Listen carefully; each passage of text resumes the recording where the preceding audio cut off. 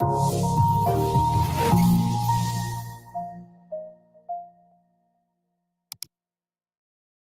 oftentimes business education today, and I see it all the time, kids come out of college, the best colleges, Wharton and Harvard and Stanford and some of the great business schools, and they'll come out and they won't have practical experience. There's too many case studies that aren't practical. You know, we ask kids that are 16 to 18 years old to make $100,000 debt decisions when they go off to university. And they are not prepared for that. They don't know what they're getting themselves into. They just assume, okay, I'm going to pay 4 years of education at $25,000 a pop.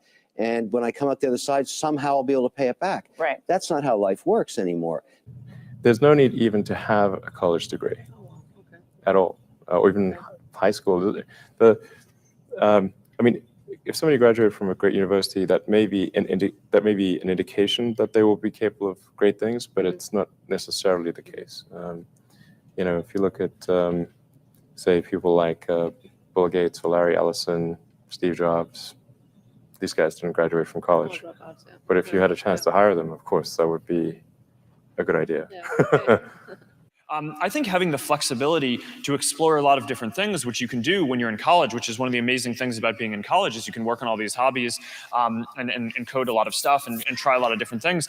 It's this amazing flexibility that I think most people take for granted. And once you decide, okay, I'm going to start a company and I'm going to do it with someone else, you immediately now need to convince someone else if you want to change your mind on something. And I think people really undervalue the option value and flexibility. I think explore what you want to do before committing is really like the key thing, and keep yourself flexible.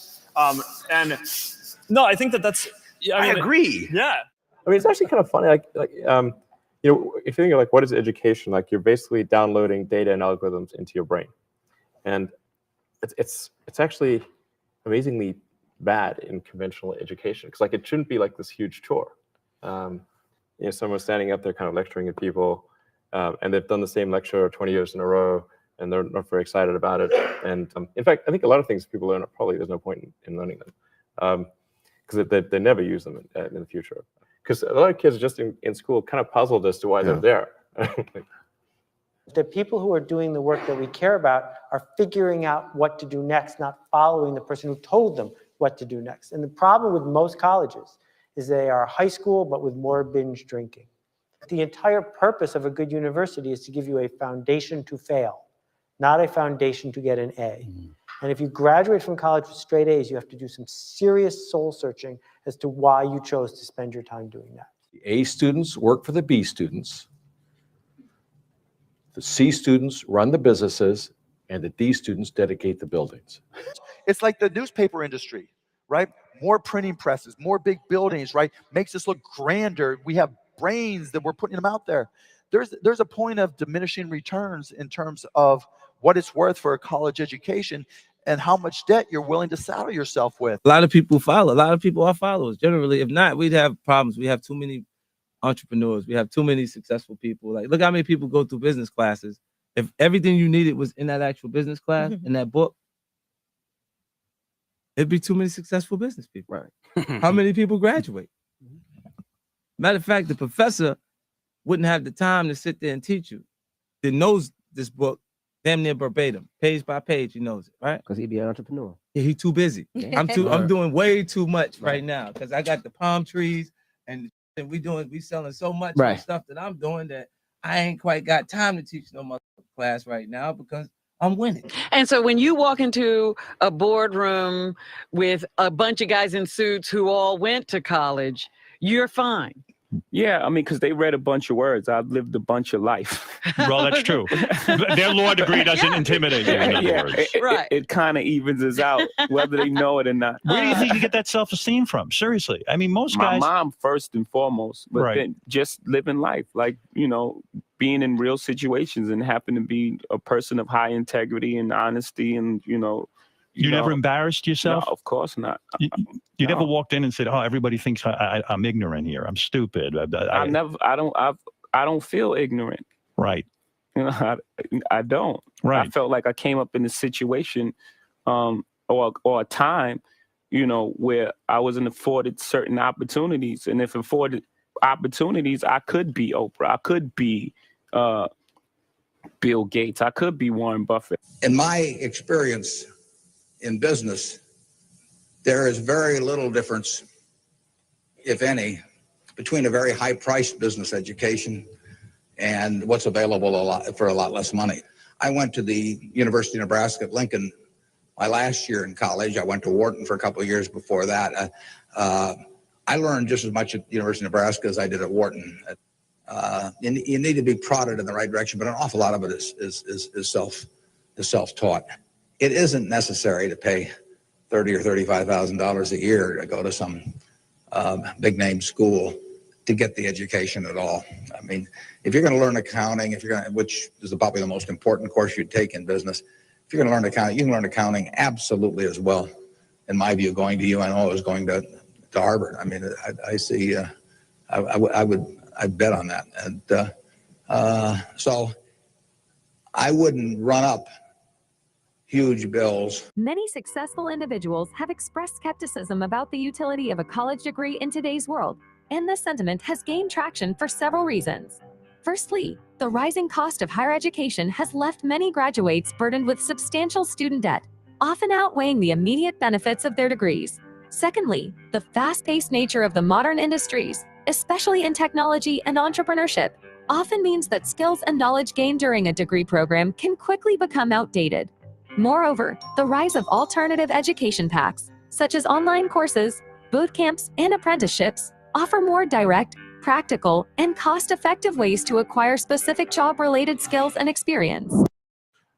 Good evening, everybody, and welcome to our next edition of Speak Your Mind. My name is Pastor Giovanni, and we're going to be here together to give you guys these topics and a little bit more so that you can speak your mind and let us know what you guys think. Our lines are already open, so you have the opportunity throughout this whole program to give us a call. That number that appears on your screen now, for example, through WhatsApp or through regular phone call, 877-785-8700, or through WhatsApp. You can give us a call or send us a message, 437-233-9815. I do not find myself here alone, but I am here with Miss Audrey. Miss Audrey, how you doing? Good evening, Pastor. I'm well. Thank you. Welcome, everybody, to another episode of Speak Your Mind. And we're excited to hear what you have to say on the following. We have our Telegram poll that we would love for you to start voting. You can go ahead and let us know what your thoughts are on this. Work experience versus academic education. What do you have to say about this? Do you believe that one is more significant than the other? We have the following, as it says, academic education is more important, or do you believe anyone can have work experience? Do you think they don't matter at all, or do you think they both are important? Let us know what you think. Scan the QR code, and we'll be announcing the results. Now, at the end of the program, we're going to be speaking our mind on this topic, but we definitely want you to go first. And just before we get started and start answering phone calls, reading your comments as you send them in, I want to show you guys this next video.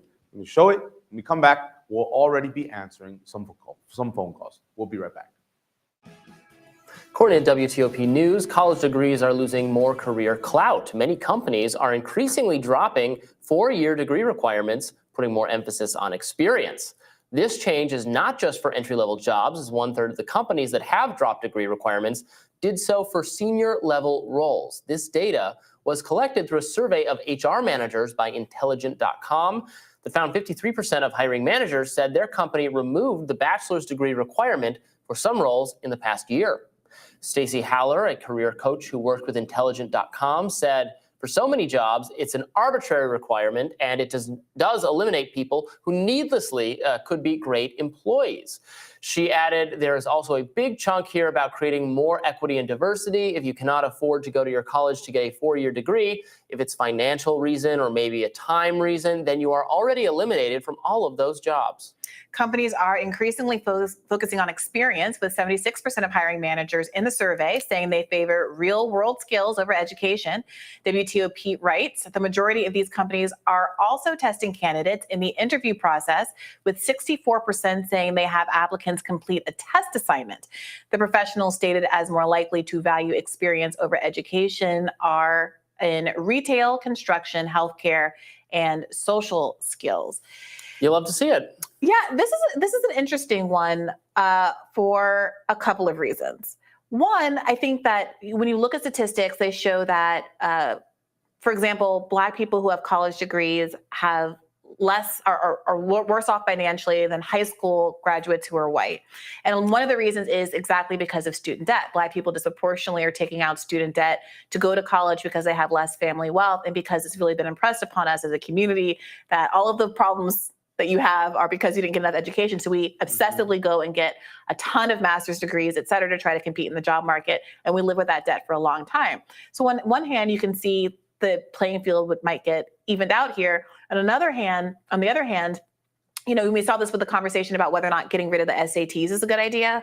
There are people who want to get rid of it because there's certain groups who perform very well, Asian Americans, et cetera, and others are at a competitive disadvantage, and others who say that obviously is unfair. In that conversation, a lot of conservatives say, we shouldn't get rid of it. We shouldn't get rid of the testing. You're just disadvantaging, you know, Asian kids principally. Other people say it is one of the few, some leftists say we should have the SAT because it's one of the few things that someone can do to compete if they come from a socially economic disadvantaged environment that puts you on kind of an even playing field with other people. Now, it's not an exact science because if you can pay to get tutored, et cetera, you have a leg up. But if you're dirt poor and you can't afford violin lessons and you can't afford to travel Europe and you can't afford to go to a private school, being able to just compete on the test would be an equalizer. And the key is the violin lessons and the club soccer team and the European trip and the volunteer work. All of that stuff cumulatively costs a lot more money. It costs a lot more time.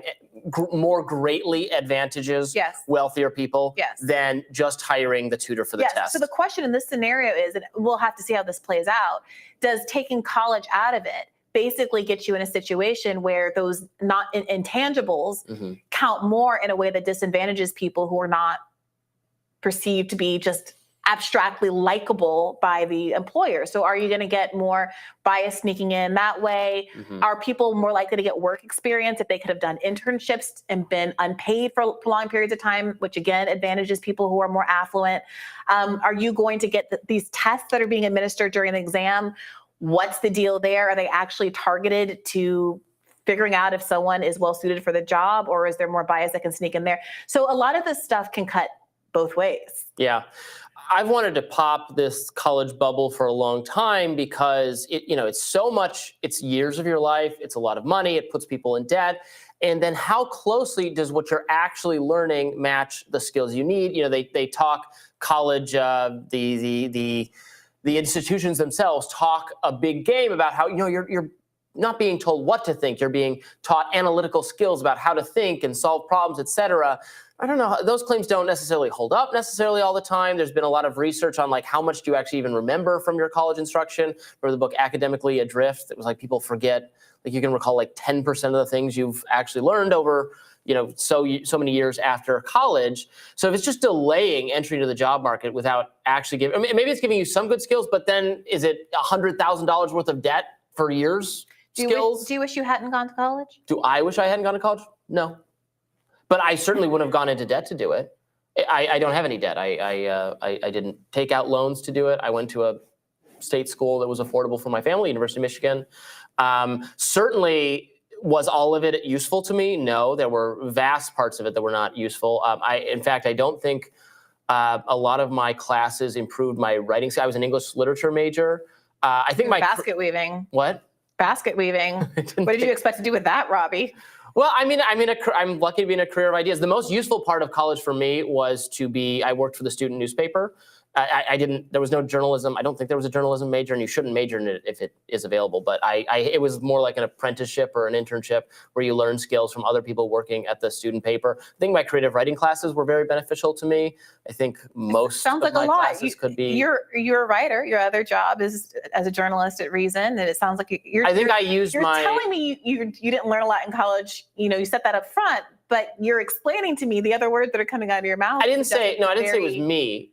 I think I probably use what I narrowly learned in college. I think if you're a media person or writer, I think that's a lot of jobs require writing, and a lot of jobs that's what require. I'm saying. Was I taught writing skills by the English literature major part of it? No, I was mostly taught writing skills by the student paper. Well, I was taught writing skills. I had to write in all of my classes in college. I wasn't an English literature major, but I certainly learned how to make an argument and to do research and to do substantive analysis and understand the difference between primary and I secondary learned how sourcing. to extend a BS argument for like 8 pages. And look, you get to do it for a living now, Robbie.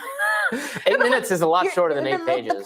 The point you're making about University of Michigan, I have a very close friend who also went to the University of Michigan who did come out of that program with loans because his family couldn't afford it. And the problem is that even though we have these amazing state institutions like University of Michigan, even the $12,000 a year or so that it costs compared to $60,000 a year at some of these private schools is still too much for a lot of families. And so that's why, you see, frankly, Black people and historically marginalized people disproportionately going to those state schools and still coming out with more debt than other people. So again, I think that it's on balance. Well, I also support capping the tuition. Yeah, thing, so or capping, if not reducing. On balance, I agree that it's a good thing for college degrees not to be unnecessarily required for jobs that obviously don't have any relationship there. Especially, I think the bigger issue is a lot of these master's degrees and continued education that these jobs kind of add on as a requirement. They say go to school for 8 years to get this job that's going to pay you $40,000 a year. It's ridiculous. It won't even pay you as much as 1 year of your tuition. It's ridiculous. However, it is obvious that whenever you start to talk to people who are claiming that it's all elitism to want to go to college, they have gone to college, they have benefited from college, and there's some gatekeeping going on, or people want to pull the ladder up behind them. Well, I think that college is an experience that you and I both chose and valued, and that you and I procreate, we'll probably choose for our respective children. And there's a reason for that. And I think that it is obviously true that they teach you ways of thinking, the ability to analyze some of these COVID research studies that come out that people seem to not be able to read a research study or understand the data. All of that comes. There's a difference. I think there's a difference between saying, yes, obviously it's true that having a certificate that says you graduated from the University of Michigan or Harvard or whatever is beneficial because society values it. The question is how much of the reputational benefit that you get from having that degree actually does reflect some underlying learning and accruing of skills, or is it all just a reputational effect, a credentialing kind of system? Yeah. And there's somewhere in between, right? I'm not saying everything you learn at college is useless. Of course, that'd be a really impractical credentialing system whereby there's nothing useful, but everyone has to do it, pay the money, spend 4 years of their life, even though it doesn't. Clearly, it sends some kind of signal. Yeah. The question is, how precisely does the signal match what you're actually learning? And there is room for disagreement about how much of it is value, if it's valuable. I agree. And then that's why I like to look at Scandinavian models in a lot of European countries where there are fewer colleges, obviously, smaller countries. And they all are within like 10 degrees of goodness of each other. One might be considered a little bit more prestigious than the other, but the point is you go to learn the things you need to learn to then be in the workforce. And they're free. And they will even pay for you to live and to eat and to have your books and all of that. And so it's not about I got into this school or I had this competitive advantage or my mom paid $100 an hour for me to get this tutoring lesson or whatever. It actually is is better designed to have the desired effect, which is just to educate the populace and send them out into the world. Honestly, and that's how we should view a lot of our institutions. There's the sort of college ranking industry distorts that a lot of Harvard is really great, Princeton is really great, Yale's really great. But in the middle, there are a lot of institutions, being ranked against each other that the educational quality you're getting is pretty similar. I also wouldn't say that Harvard and Princeton, those are giving you that much. I mean, I think it's probably a little better. I don't think it's 1,000 times better than the next. Yeah, when you talk to professors, they'll say things about there being like a different quality of student, but I don't know that the quality of instruction is necessarily that different. I mean, I can't say I've only been to one school. I don't think it is either. But I think we can pretty firmly say that. But that matters because if the quality of instruction at a more affordable institution, like a community college or something, is not actually all that, it's a little bit different, it's a little bit less, but it's not 1,000 times less good. That's what I was going to say. Then we should not have a system that incentivizes people just to go to the most top one they could possibly get into, never mind how much it costs. And no matter if it takes you committing a felony like Aunt Becky to get your kid into what was it? Well, that was about the experience. They wanted to party at whatever institution, which is another reason that maybe COVID has shook this a little bit because so many wealthy people, they just wanted, they want to get their kid the fun experience or something. I don't think it was about the kid, she has a funny name like Olive. She's got one of those celebrity names. I forget what her name is. She has a funny name like Olive. You know, she's got one of those like cute celebrity names, like, you know, kind of I'm special. I mean, I don't mean to, it's not her fault. I'm not trying to rag on her, but I think it's Olive or something like that. She was saying that she didn't even, Olivia, is it Olivia? She didn't even want to go to college. Like she didn't want to go. This was fully her mom. So I don't know how much it was about the party experience. There's no influencer major, so. We'll give it time. And you know what? Given how many people are making money in the gig economy on doing things like influencing, it's not necessarily the craziest thing that there could be a legitimate educational experience about the economics of starting a channel in the future. I'm gonna have to enroll in that. I'm sure we have plenty to learn. Right. We'll have a rising for you after this. And we're back with everybody. I think we already have a phone call. You can keep calling us right now in this moment, 877-785-8700. Miss Crystal, do you hear me? Yes, Pastor. Good evening. How you doing, Miss Crystal? I'm well, thank you. Miss Crystal, we're asking everybody the following question about work experience and academic education. I have also with me Mrs. Audrey. Mrs. Audrey, do you think you can ask the question to Miss Crystal? Yes, Ms. Crystal, you personally, I wanted to see about you. What is your opinion on this matter? What do you have to say? I think work experience and academic education are both significant in their own way, right? They are important. For example, I would say your academic education gets you the job, but then your experience is what is going to keep the job. So you need to have both academic education as well as some significant experience. Now, Mrs. Crystal, question. Okay. I'm sorry to cut you off. What would you say then? Do you think people who have that academic education, do you think they deserve to be paid more, and those with no experience should be paid less? If those with more academic education should be paid more? Yeah. Well, I wouldn't say necessarily they should be paid more just because they have the academic education. If someone also has an experience that sort of outweighs your academic education, then they should be paid just as much as you have. Understand. And Ms. Crystal, one of the things that we were talking about before, what do you say to the people who say, well, you don't need work experience, nor do you need academic education, especially one of the examples that was said was about today, a lot of YouTubers and a lot of social media influencers or content creators that have no experience whatsoever, yet they're going forward and they're prospering. What would you say to that? Well, I'm of the belief you need either. You need either an academic education or some sort of experience. And really it boils down to the kind of job that you're looking for and what you want to go into. Now for the issue with social media and content creation, sooner or later, you're going to have the requirements for either a certificate or something of that nature if you're going to be a content creator. Because now you see people even have courses online where you study social media content creation and things like that. Sometimes when we speak about academic education, we always just think about it being so formal and maybe in the four walls of a university or something of that nature. Yeah. But for anything, I think you need some level of tutorship. You need to be taught, because there are some things I can't do on my phone because I haven't been taught. So even if I learn it informally from a friend of mine, but I believe that some way or the other, you need to get some sort of education to do literally anything. Mrs. Crystal, thank you so much for speaking your mind, for sharing your thoughts with us tonight. Have a good night, okay? Have a good night, Pastor. Thank you. Mrs. Audrey, do we have any more comments regarding our topic? We do, Pastor. We have Keith that says like this: I personally think work experience is much more important than education. With work experience, it's much easier for you to give examples of what you can do in an interview to prove that you are capable for that job. Jess says, when it comes to a specific profession, education is necessary.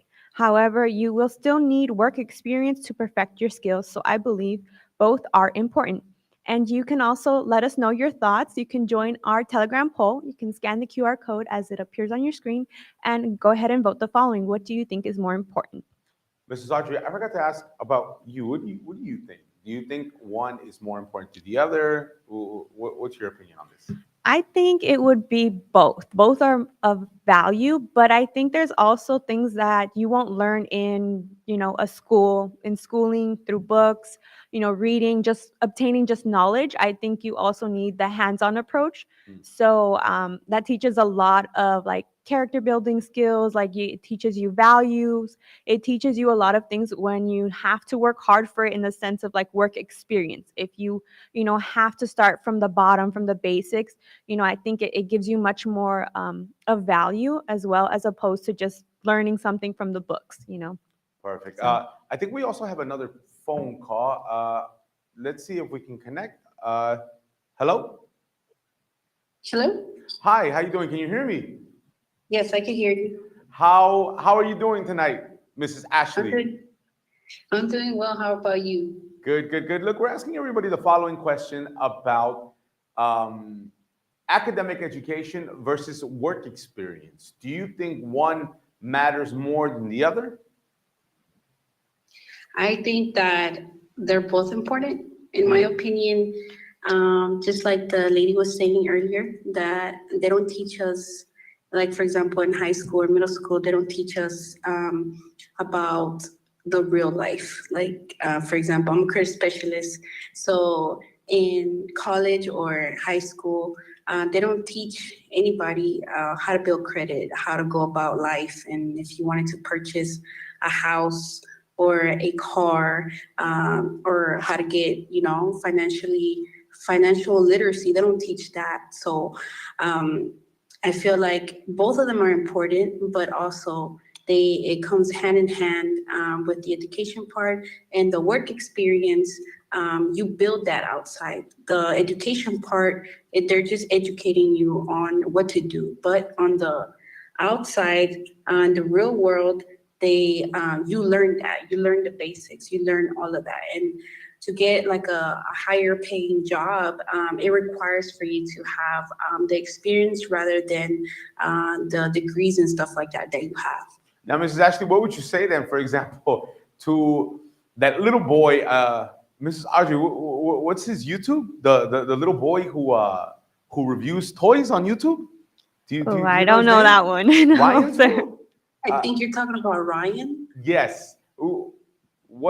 What life experience, what work experience, what academic education do you think a little kid like that who made it on YouTube has? Well, you see, his parents were smart because they were able to see that YouTube was, blowing up. So what they thought about that. I don't think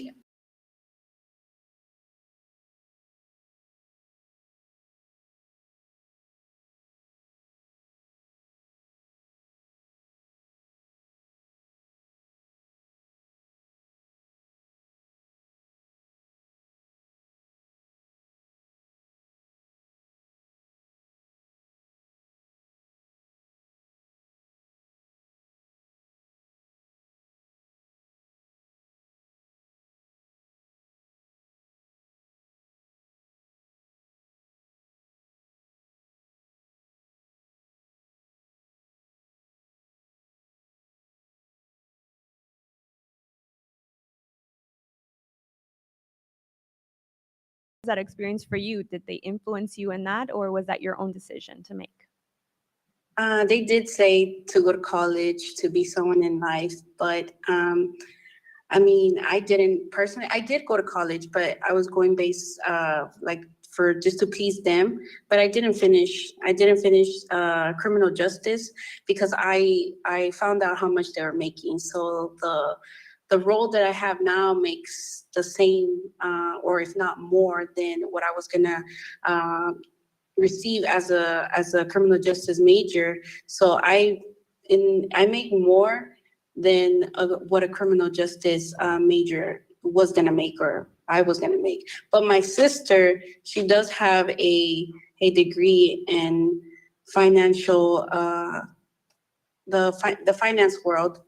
And yeah, that's my parents did influence both of us. It was just my opinion to not go forward with it. Ms. Ashley, thank you so much for speaking your mind, for sharing your thoughts with us. Have a good night, okay? Thank you for having me. 877-785-8700. Let's go to our next video, and we'll be right back.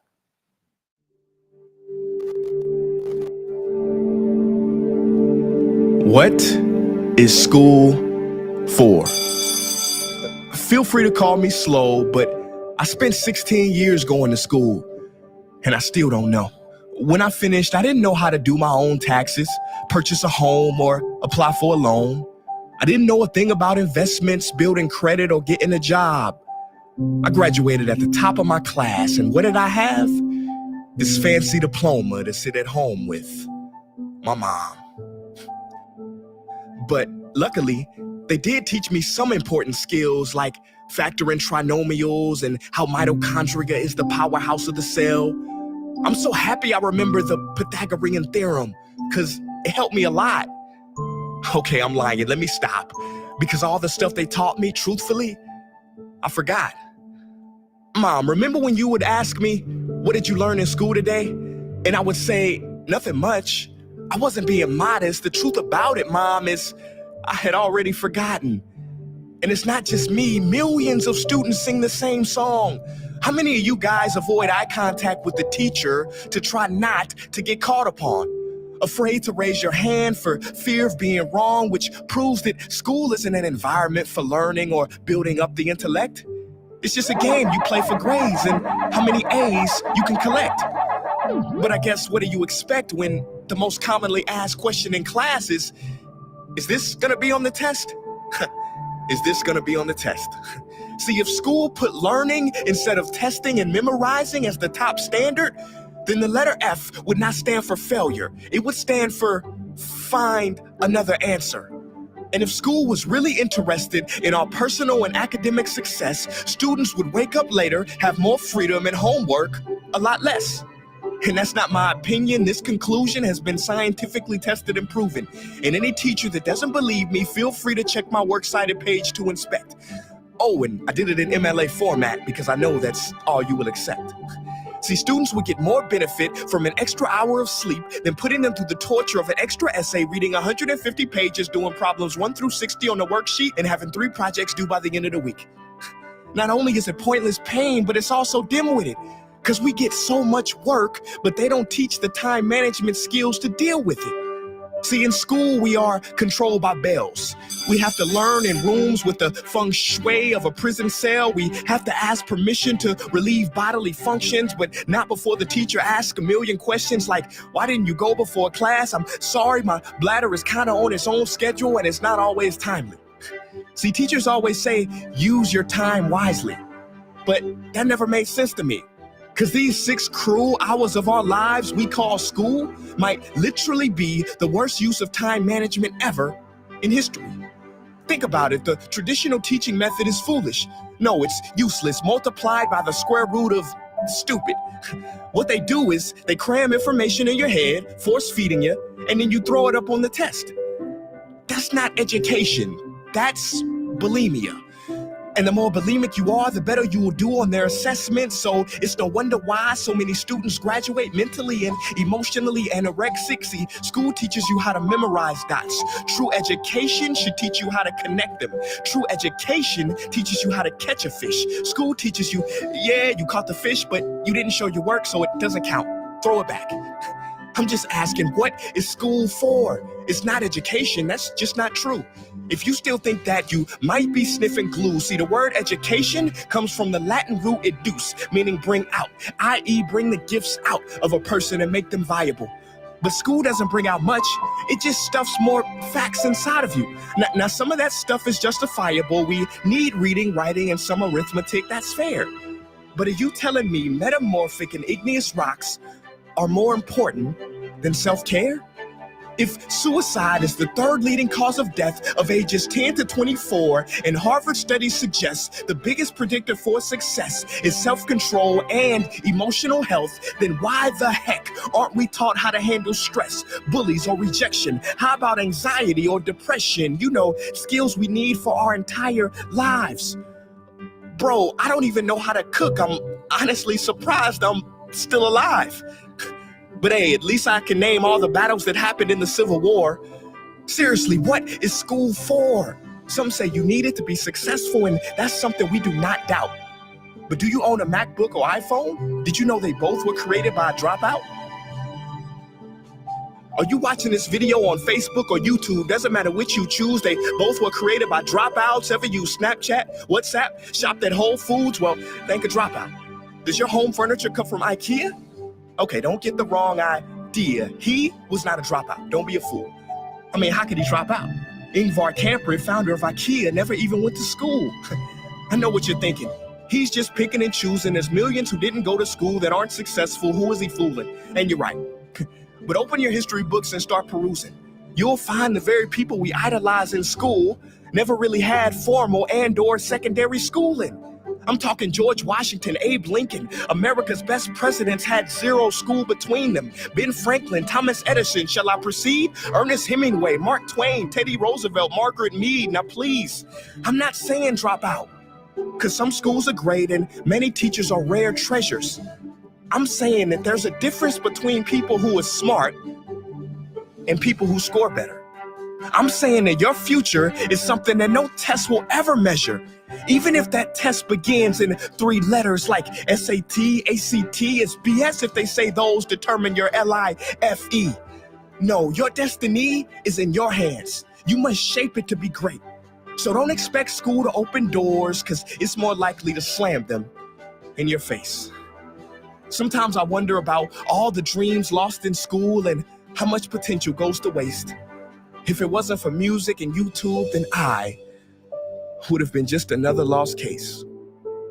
Everybody watching this, please, close your eyes. Imagine a child sitting in the back of some teacher's class in some town. He never raises his hand, he fails most of his classes, but inside of him, there is a passion. And if nurtured and brought out, will lead him to discover the cure for cancer. But you see, I'm afraid that that child's gift will never come out. He will never win the Nobel Prize award because in class he was ignored and his worth was judged only by his scores. So teachers, principals, parents, advisors, and students, I ask one more time, what is school for?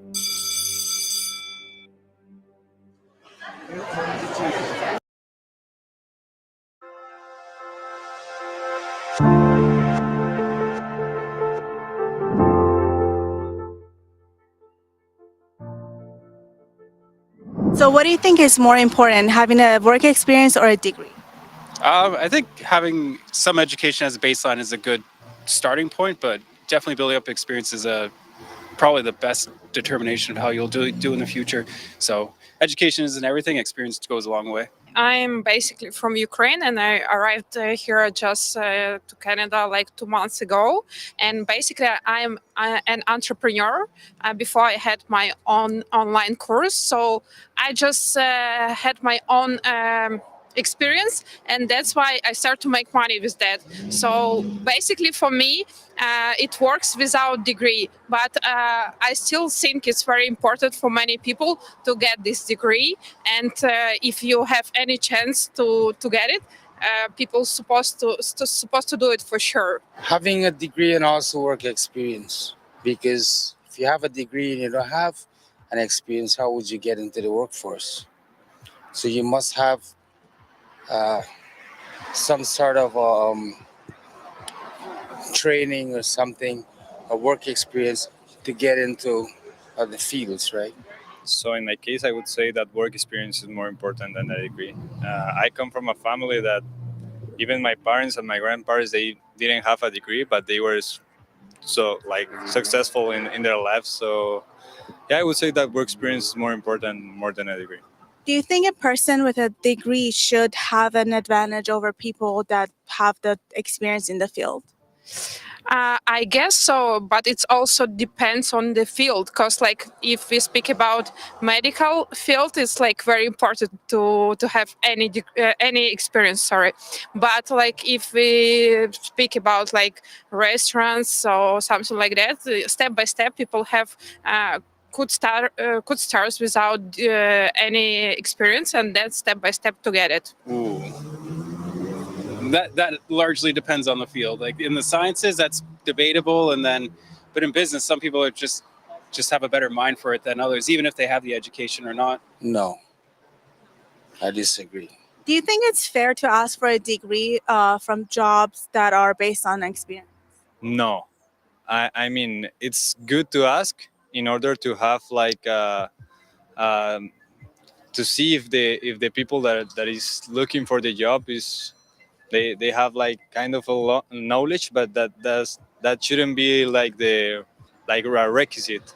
Should be just for no, but they would have they take into account both the degree and the one that doesn't have the degree as same. Yeah, in most cases, it seems like a fair, like not a suit. Like there's too many jobs that ask for high degrees that don't need them, but in some jobs there's a good baseline that should be there. I don't think so. If you have the job experience, you should not have a degree to get the job. You can have a college education or a high school education, and you have experience, you should get that job. A lot of employers, they ask about like what kind of degree do you have and what experience do you have before. But basically, I know without any experience in Canada, it's very difficult to get a job. Do you have a degree, and if so, has it been useful for you?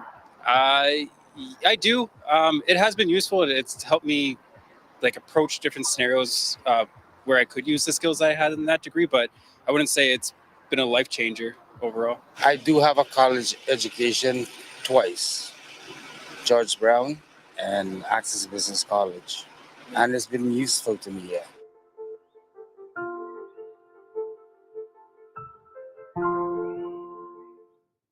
Work experience versus academic education. Mrs. Audrey, you have the final results of our poll, correct? Yes, Pastor, I do. So we have here 7% that say academic education is more significant, 4% that say anyone can have work experience, 85% of people say they are both important, and 4% say they have no importance whatsoever.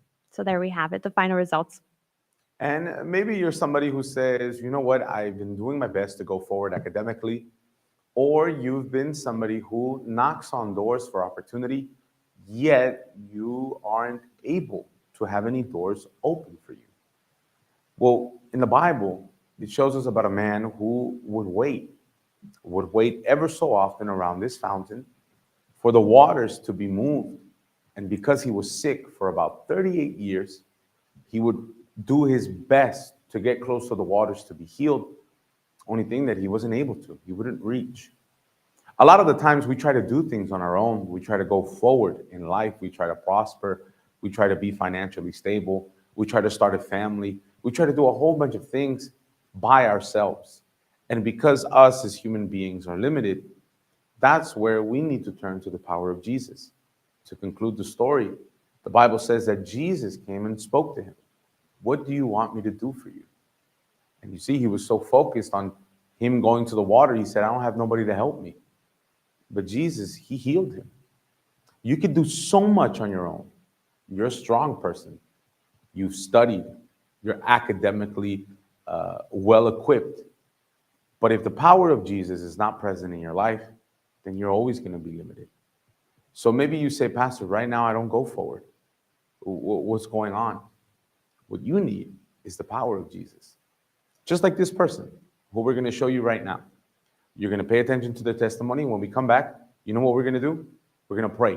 We're going to invoke the name of Jesus and his power, just like this man who was healed.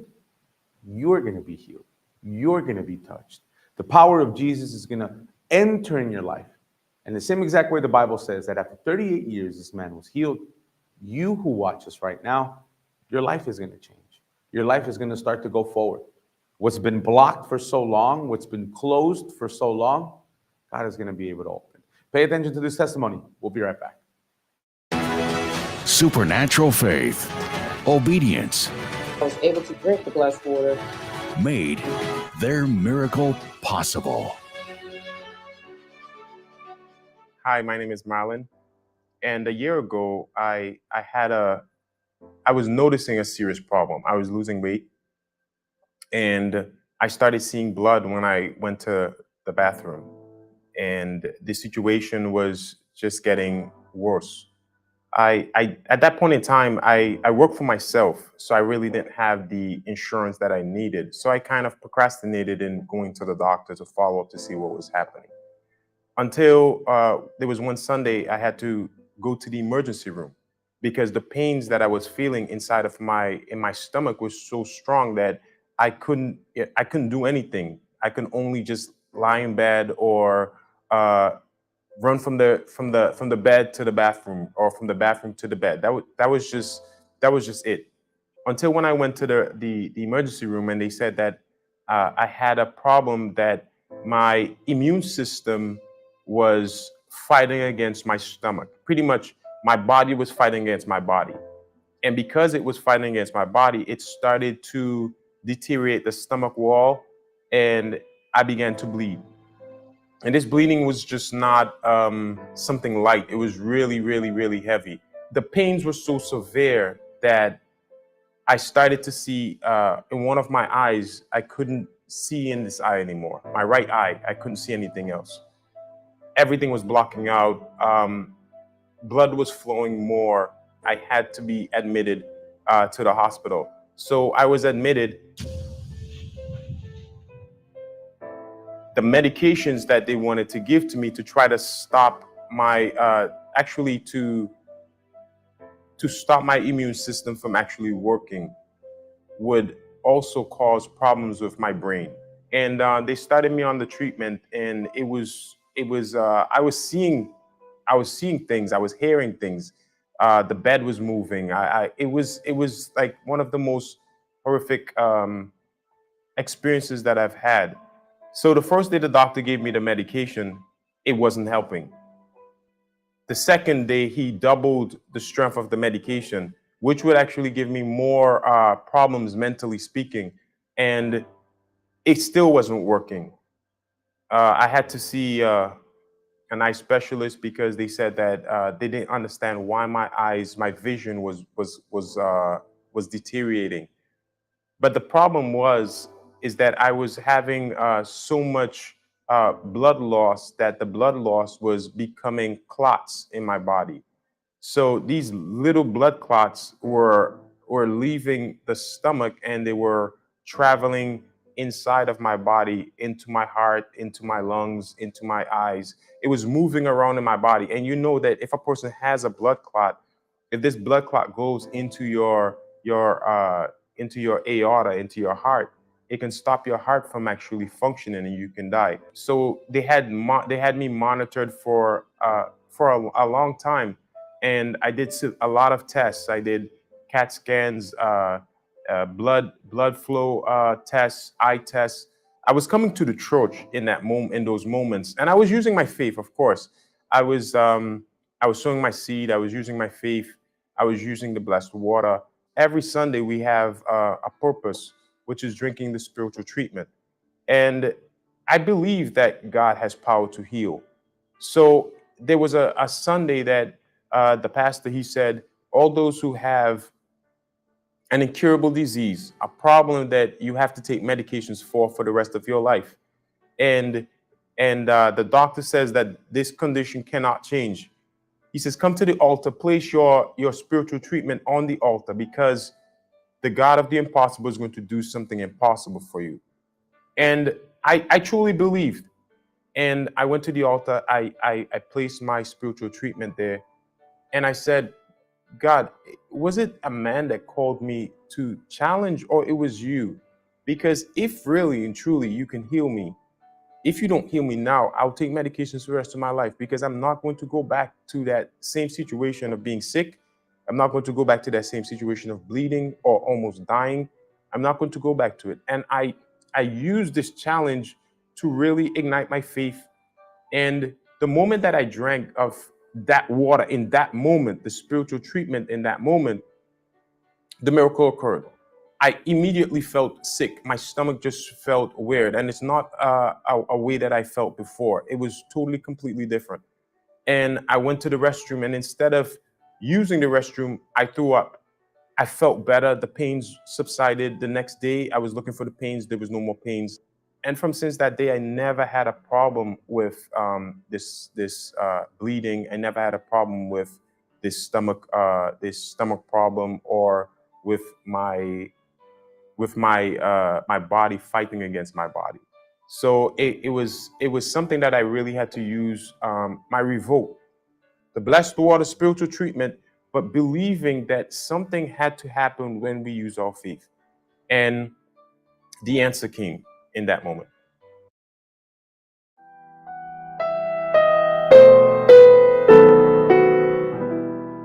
Lift up my eyes to the hills, from where does my help come? My help comes from my Lord, who made heaven and earth. He won't let my foot be moved. He who keeps me is the Lord, the one who keeps Israel.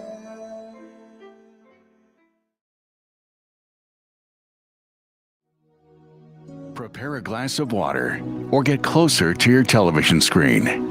At this moment, we will have a special prayer to your name. My God, in the name of the Lord Jesus Christ, I pray for this person who's watching us now in this moment, who has been doing everything to go forward, has been trying everything to go forward, has been knocking on every door to go forward, whether that be financially, trying to go forward in their marriage. They try to go forward, my Lord, in their health. They were diagnosed with an illness that to many has no cure. They've been working, my Father, to go forward for their family, yet it's as if every door is closed. But my Lord, in the same exact way that you healed this man, I ask that you heal this person. I ask, my Lord, that your power reaches beyond this TV screen and works inside of those who watch us, whether it's on Facebook, YouTube, from Tuber, whether at their house right now, those who don't know where else to go. In Jesus' name, receive this blessing. My Father, that this water that they have next to their TV be blessed. That in the moment that they drink of this water, my Lord, anything that's been going around them, anything that's been working inside of them negatively, mental health issues, disorders, that they be free. In Jesus' name, amen. We're going to drink of this water, drink with faith, because in Jesus' name, He works right now in this moment.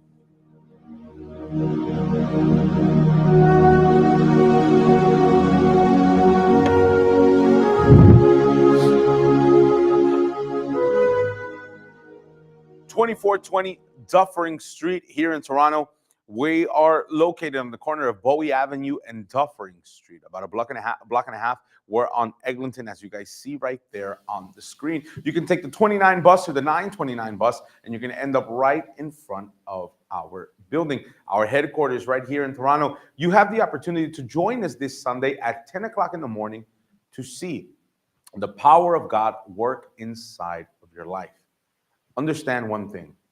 Those miracles that you always heard about, the power of God that you've read ever since a little kid, those miracles, you don't wait on them, you provoke them.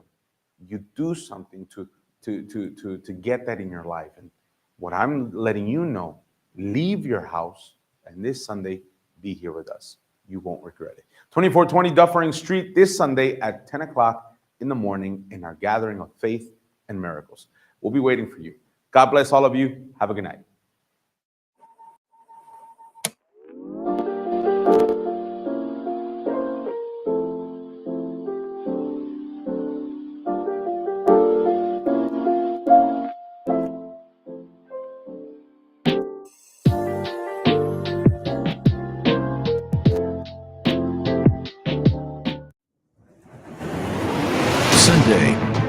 7 prayers.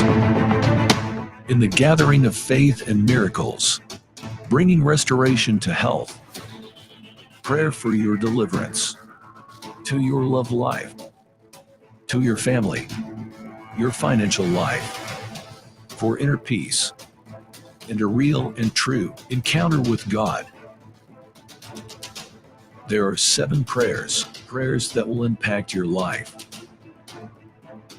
and destroy all your troubles, bringing new life in every way. Sunday of the Gathering of Faith and Miracles. Sunday at 10 a.m. 2420 Different Street, 1 block north of Eglinton Avenue, and at every